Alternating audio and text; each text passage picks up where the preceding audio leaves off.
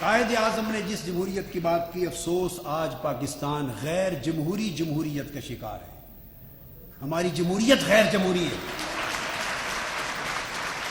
Parliament میں جو ممبران آج بیٹھے، زبان سے تائید بھی ہو جائے گی، تردید بھی ہو جائے گی، مگر حقیقت کا کوئی انکار آنکھوں دیکھا حقیقت کا نہیں کر سکتا. آج جب صورتحال جمہوریت کی یہ ہو جائے کہ بیٹھ کر افراد ان کی سیٹیں مقرر کرنے والے ہیں، جیتنے ہارنے کے فیصلے الیکشن سے پہلے ہو رہے ہوں، ٹیبل چارٹ پر پوری اسمبلی کا نقشہ بنایا جا رہا ہو اور اسمبلی کو ایک پلان کے تحت ٹکڑوں میں تقسیم کر کے چلایا جا رہا ہو، اسمبلی کے پاس اپنا کوئی ایجنڈا نہ ہو، ایک گیون ایجنڈے پر وہ بحث کریں اور ایک استبل کا ماحول کریٹ کر دیا گیا ہو، اور وہ اسمبلی نہ پاک انڈیا ریلیشن پر بحث کرنے کی مجاز ہو، نہ پاک افغان ریلیشن پر بحث کرنے کی مجاز ہو، نہ وہ کشمیر ڈسپیوٹ پر فیصلہ کرنے کی مجاز ہو، نہ امریکہ پاکستان ریلیشن پہ بات کرنے کی مجاز ہو، نہ نیوکلیئر پالیسی پر بات کرنے کی مجاز ہو. اور اگر اس کا خالق عبد القدیر کسی قید خانے میں ہے تو نہ اس کے بارے میں پوچھنے کی جرت ہو، اسے پہلے خراب کر دیا جائے اور یہ پوچھنے کی جرت تک نہ ہو کہ ہمارا ایٹم بم ہے کہاں. ایٹم بم اور نیوکلیئر ہماری جو کیپیبلٹی میں کچھ بچ بھی گیا ہے یا نہیں، ہم یہ پوچھ بھی نہ سکے. جو اسمبلی اتنی گونگی، اتنی بہری اور اتنی گونگی بہری اور اتنی اپاہج ہو گئی ہو، اس اسمبلی سے کس قسم کی جمہوریت کو آگے چلانے کا خیال رکھتے ہیں؟ آج ہم نے صرف یہ اسمبلی، یہ انتخابات، یہ جمہوری ادارے دنیا کو ایک دھوکہ دینے کے لیے بنا رکھے ہیں کہ democracy is going on and everything is very nice, everything is okay, here is democracy, here are the election going on and the elected people are here to take the decision and they are here to decide the fate of their nation. ہم نے پوری قوم کو، اپنی قوم سے بھی دھوکہ ہے، اقوام عالم سے بھی دھوکہ ہے. جب تک فوج اپنے اصل کردار کی طرف واپس نہیں جاتی، اسمبلی پارلیمنٹ آزاد نہیں ہوتی، عدلیہ آزاد نہیں ہوتی اور قائد اعظم کے دیے ہوئے کردار کو اس قوم میں بحال نہیں کیا جاتا، اس وقت تک میں سمجھتا ہوں یہ پاکستان قائد اعظم کے افکار کا پاکستان نہیں ہے، معلوم نہیں کس کے افکار کا پاکستان ہے.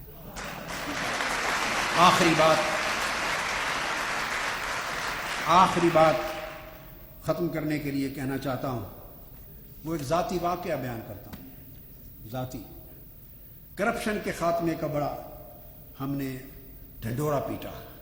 قائد اعظم نے سب سے بڑا کہا کہ سب سے بڑی جڑ خرابی کی، ہر بدی اور ہر تباہی کی کرپشن ہے. اگر ہم ایک اچھا پاکستان دیکھنا چاہتے ہیں، ہمیں کرپشن کا خاتمہ کرنا ہوگا. تو کرپشن کے خاتمے کی باتیں ہوئی.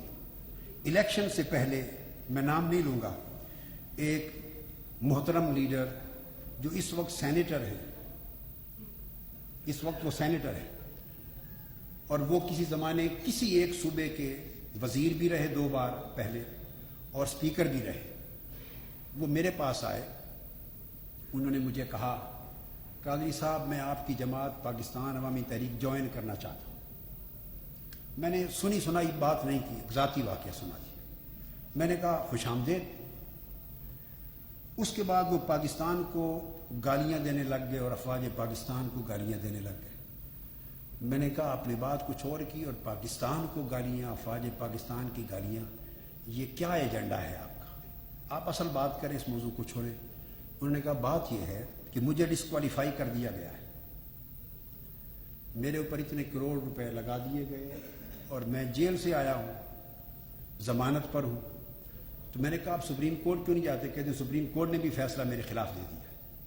یعنی آخری عدالت عظمیٰ تک ان کے خلاف فیصلہ ہو گیا ہے. تو میں 2 کروڑ روپے تک تو دینے کو بھی تیار ہوں، مگر مانگتے زیادہ ہیں. نام نہیں لیا کسی کا. تو میں نے کہا میرے لیے کیا حکم ہے؟ انہوں نے کہا آپ کی جماعت میں جوائن کرتا ہوں. جنرل پرویز مشرف صاحب آپ کا ریگارڈ کرتے ہیں، الیکشن سے بہت پہلے کی بات ہے، آپ انہیں سفارش کر کے تو میری ساری سزا ڈسکوالیفیکیشن معاف کرا دے تاکہ کمنگ الیکشن میں حصہ لے سکوں.